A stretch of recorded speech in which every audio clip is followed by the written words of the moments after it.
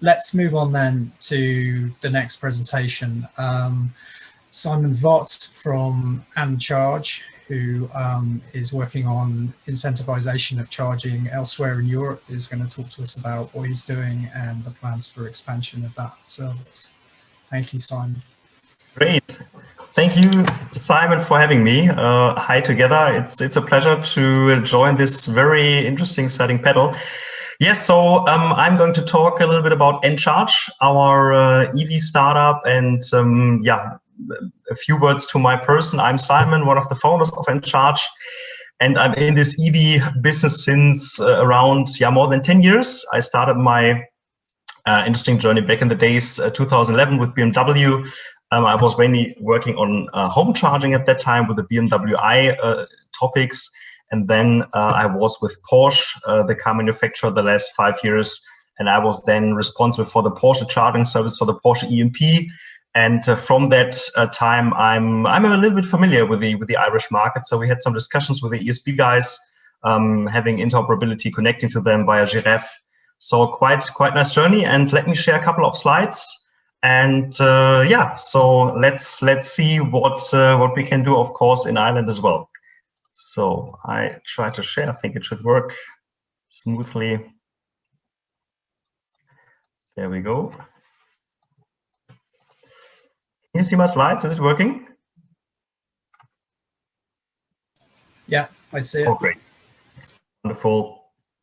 So let's jump into it. And regarding mainly, of course, try to present you the idea about Encharge and the why. So why are we doing what we're doing?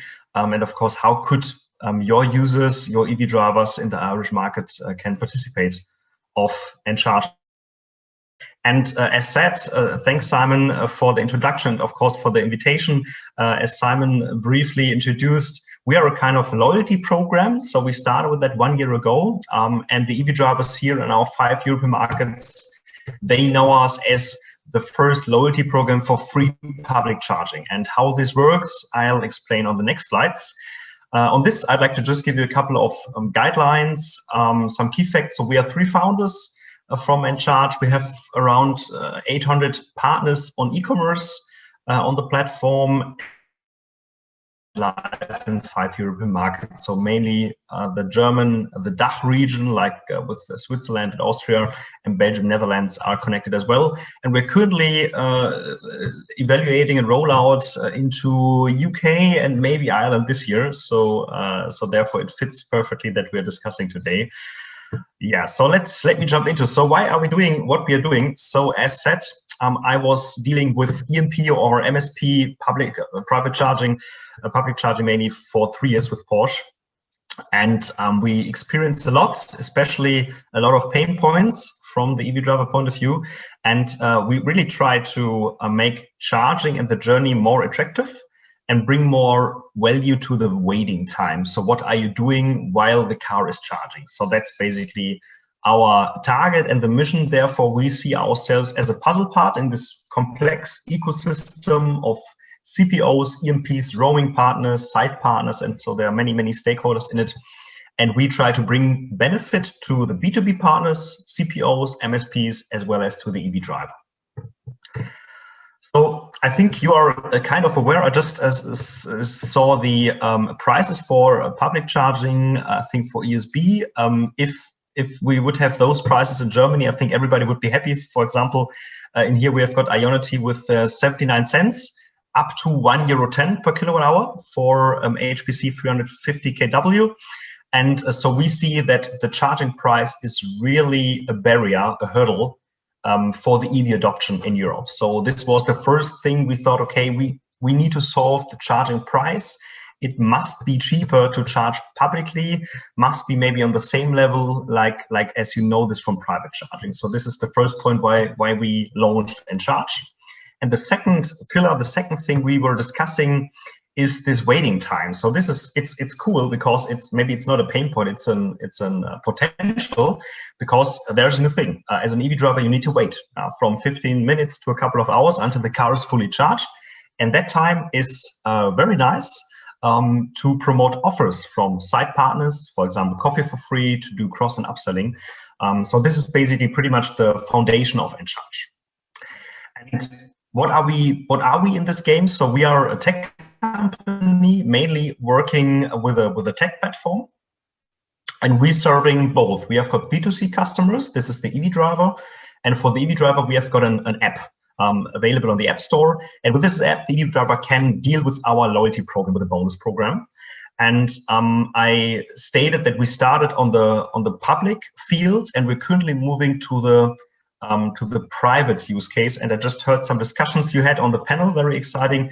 And with ESB, we would like to be alongside the complete customer journey. So we're currently extending the business to private charging, and we have a cool feature regarding wallbox sharing. This was launched this week in Germany. I have some insights on that afterwards. And then on the B2B side, for players like ESB, we can serve as a B2B partner. So we stay in the background, and the customer, the user, stays with ESB or with the EMP. So we don't want to own the EV driver. The EV driver is still with the EMP. And we basically just provide APIs, interfaces, that the EMP partner can offer value-added services or new features to the EV drivers. So what we are working on with the platform, or where we are focusing on, so we have got three major topics. The first thing I mentioned is the loyalty program. So we offer really free public charging. The mechanism and the business model I have on the next slides. And the second thing is that we think charging is still not really, let me say, sexy. It's a process. You have cable, Mod 3, then you have got HPC, and it's very, very technical. You have different apps, and we see high potential for things like gamification. So this is something where you really engage the user, and where you really you get a smile from the user if you have some nice gamification features in your app. And third thing we are focusing on is experiences, like location-based services. And we have some corporations in Germany with like Edeka. It's a retail partner, I think, like Tesco. I think this might be a partner in Ireland, where we combine charging and shopping.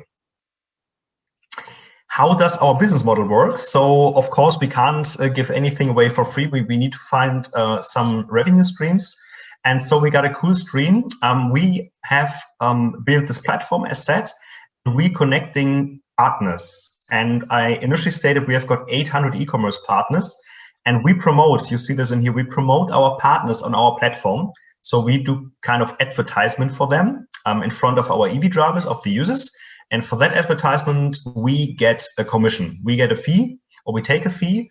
And one part stays with us, and the biggest part will be forwarded as charging credits. So this is the free charging budget to our users. And we call it not bonus points, we call it kilometers. So it's end charge kilometer, and 1 kilometer is 0.08. So that's the principle, and that's a very nice and cool mechanism. What currently is running, we have around 15,000 users on the platform. And we see that there's a high demand for this free charging, and we see that it runs pretty smooth so far. How does it work in detail? What is the journey? So as said, we have got this Encharge app. We have got e-commerce partners on the platform.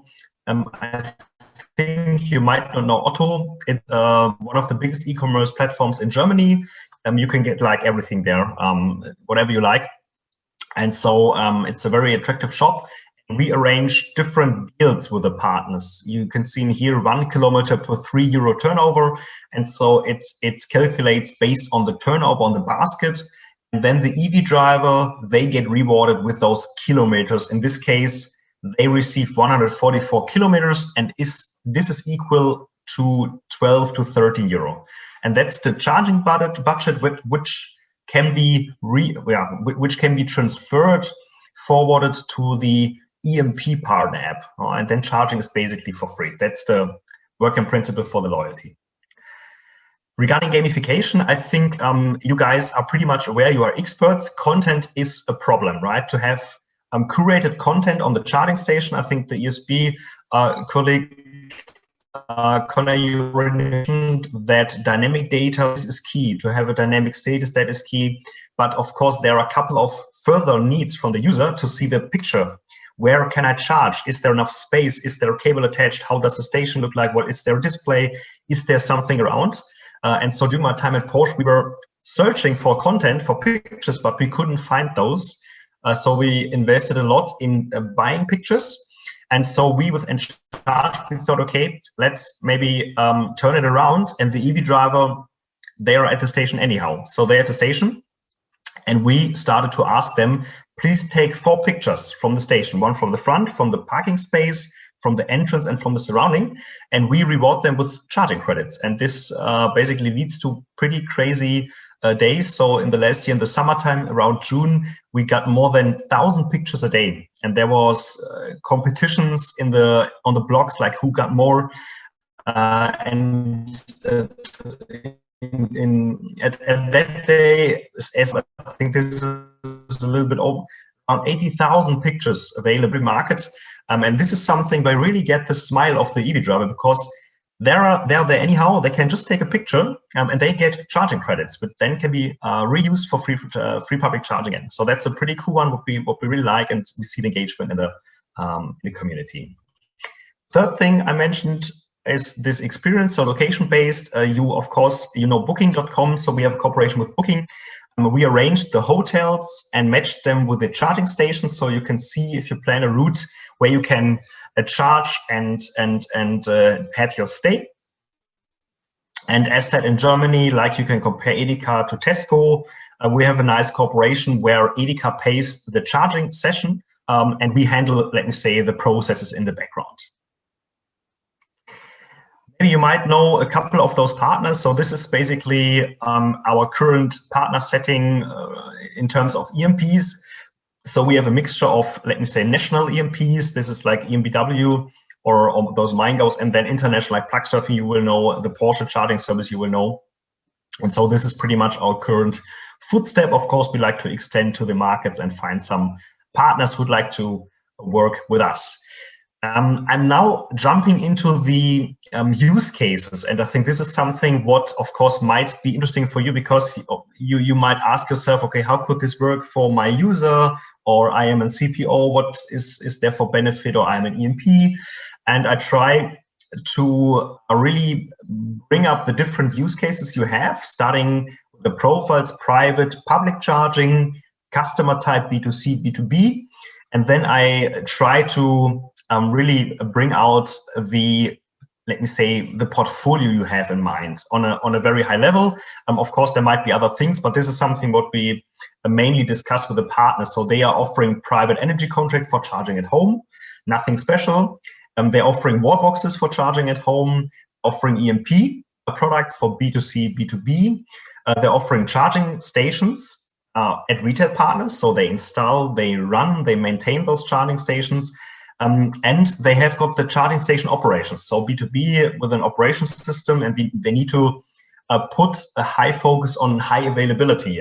So I think you guys, you are EV drivers, and I have loads of stories where charging was not possible due to 1,000 issues, backend off, connector, you name it, you know that. So basically those are pretty much maybe hopefully your use cases, and I then mapped the services we can have or the use cases we can realize, and that can fit to your needs somehow or to the needs of your users. So like we offer this free charging. I have a detailed slide where I really explain how this works, how could this work. We have got this shopping and charging connection.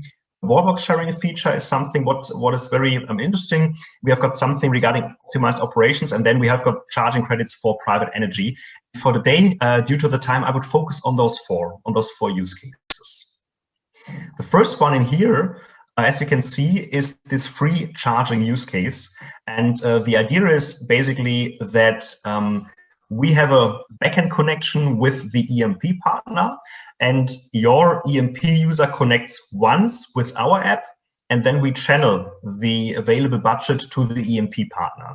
And the journey is that the EMP partner should not change the behavior. So they will continue to use the normal EMP app, but there's, let me say, just is for free, because the user can pay with the collected kilometers coming from our ecosystem. So that's basically the working principle and the mechanism. And as said, you see some partners in here. So you see in here account connected. So we connect the accounts, and then the mechanism is working. And why is that interesting? From an let me say EMP or CPO point of view, what we see from the facts, the EMP and the CPO, they can increase the utilization, so they can sell more energy. And I think that's a very interesting KPI. The partner we started with, we know from the dashboards, from the statistics, that around 1 out of 3 charging sessions are paid with kilometers. So that's a very high value, and we see that the partners can really sell more energy to their users for public charging. Sorry, and so this is a pretty beneficial one. What works very nice in our 5 markets we have here in Germany. So the very, let me say, basic service we have on the platform. If we go further to the next one, this is shopping and charging. I think this is, of course, many retailers currently investing in charging infrastructure. So they have got really a strategy on e-mobility, and it's something that is key for the adoption of EVs. And I think you are aware charging will happen wherever you are. And of course, if you shop once a week for 30, 40 minutes, of course, charge your car is essential, is cool, makes fun. And if you have a nice combination of shopping and charging, you as a CPO, the EV driver, and the retail partner, then there is a win-win-win for everybody in this ecosystem. And so this is something what we like to do. We try to be so we don't want to install chargers, we just like to be the backend which can connect charging and shopping. So for this case here, we have in Germany, it works like that the EV driver shops as normal, charges as normal, and just take a picture of the receipt.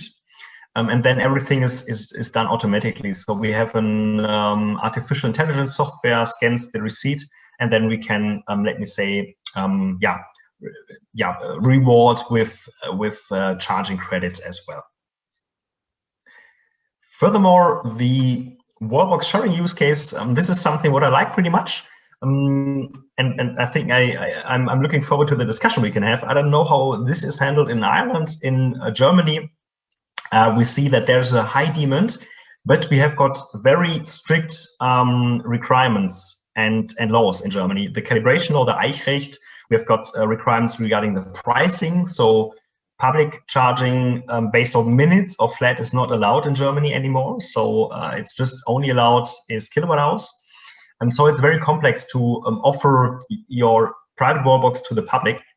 So we thought, okay, we have this platform, we have got around 15,000 users, and we have got the kilometers, we have got a currency somehow. And so we thought, okay, let's use our marketplace and connect the wallbox owners with the guests. And it's not, let me say, roaming on Hubject, it's really in the community of N-Charge network. So we don't want to have the San Francisco businessman charging at my home. It should be like neighbors or your friends, your family. This is the target from ourselves. And so we started this week. We already have around 100 hosts on the platform. They're offering the wallbox. And we started cooperation with Easy Wallbox. Maybe you know them from Norway. They have a nice wallbox. So we are connected to the backend, and you can start, stop charge via our app, and the transaction is done totally automated, and you can pay with, and this means that there's no cost in the system. So either for the guest or for the host, nobody needs to pay any fees. So therefore it's very interesting, and we meet the strict German governmental laws by offering that. And of course, this could be something for you if you are a wallbox provider, something of course which you can offer as a further feature for users, which can of course interactivize the full service, because the user can do something for the community, and of course can earn a little bit of money because they can sell the energy run through the charging sessions. The fourth and the last basically use case I'd like to present today is the optimized operations, and this is mainly focusing on your B2B operations. The idea is that you can increase the availability of the charging station and decrease the operation cost by sending technicians. We started this in Germany. Maybe you know EnBW. It's a big German CPO and EMP. and we make use of our photo mechanism. And we created a survey assessment, and the EV driver at the station should answer a couple of questions. For example, was the charging session successful? Is there litter at the charging station? Is display okay? Do you have got anything to add? So we added a 5-star rating. We added yes/no questions, and for every finished challenge, there will be charging credit rewarded again. And we have a technical connection to the backend of the CPO, so to the backend system, and the data will flow directly to the backend, and they will evaluate it, and this directly runs to the process, to the system, to increase the availability. So if there are any issues in the field, so they can directly act and solve it, and they can really save the money by sending out technicians, because the EV driver will do the assessment and not the technician. So that's a very cool one. This is pretty much focusing on B2B. Of course, it has impacts on B2C, because the EV driver is happier if the infrastructure is available. And we see the first feedbacks. I just checked the app. We have got a channel where the users say, oh, that's a cool one, so I can contribute to the community. I can do something for the others, that e-mobility will be successful. The market footprint. Simon, sorry, Simon, yeah.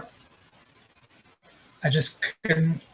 Just to say, can you please wrap up in a couple of minutes so we have a little bit of time for the Q&A at the end? That'd be great. Sorry, I hate to do that, but just if you can. No worries. No, I'm fine. I think just 2 slides to go, and then we can close the session and jump to the Q&A. Is that perfect? Yeah, cool, great. Of course. So just the market coverage, I think so far the 5 markets I mentioned.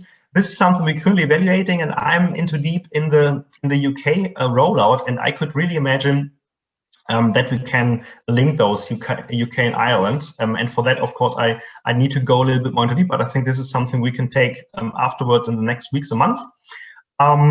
This is something from the EMP or CPO overview, but I don't want to go into deep. I think I would skip that. And I would just finish by adding this slide, just some KPIs. I said we have got this 15,000 registered users, around 1.5 million collected kilometers in the first year, what was pretty great. And then I would just say regarding timing, thank you very much for the attention. Of course, we sent the presentation afterwards, which with a couple of more information. And thank you so far.